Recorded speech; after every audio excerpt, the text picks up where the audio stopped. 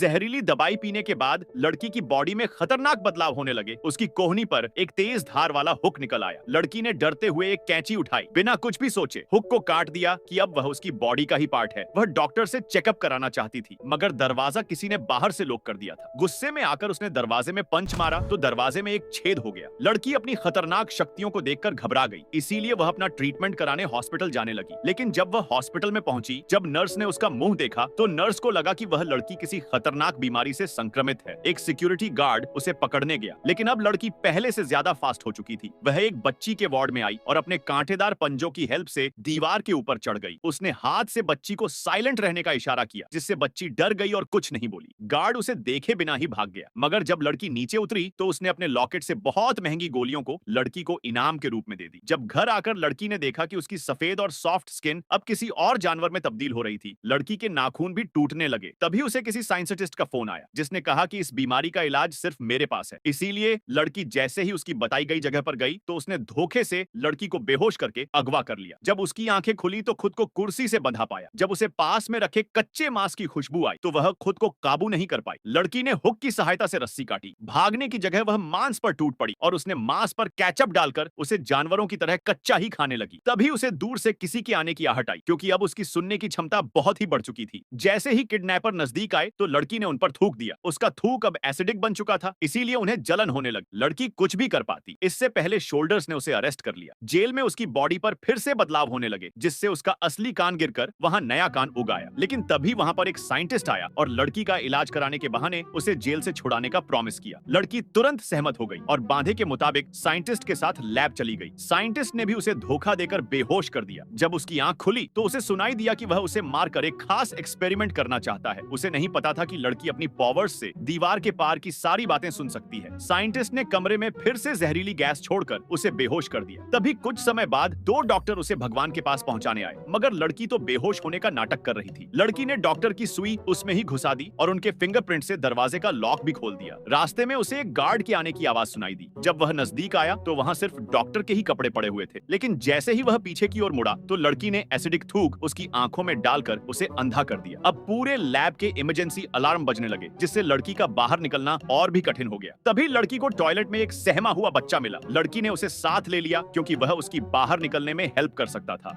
आगे जाकर जैसे ही लड़की का सामना उस धोखेबाज साइंटिस्ट से हुआ, वह अपने बेटे को देखकर सहम गया। अब कोई भी उस पागल लड़की को मार नहीं सकता। वह उस बच्चे को कोई भी नुकसान नहीं पहुंचाना चाहती थी, इसीलिए लड़की उसे छोड़कर बिल्डिंग से नीचे की तरफ कूद गई। उसे उड़ता हुआ देखकर सभी हैरान हो गए। वह अपने एक दोस्त के साथ जंगल की तरफ भागने लगी। तभी वह सामने जाल देखकर रुक गई। लड़की ने अपने हुक निकाले और लोहे की जाली को मक्खन की तरह काट दिया। गार्ड जैसे ही पास आए तब तक वह वहां से उड़न छू हो चुके थे। मूवी का नाम बताने वाले का कमेंट पिन कर दिया जाएगा।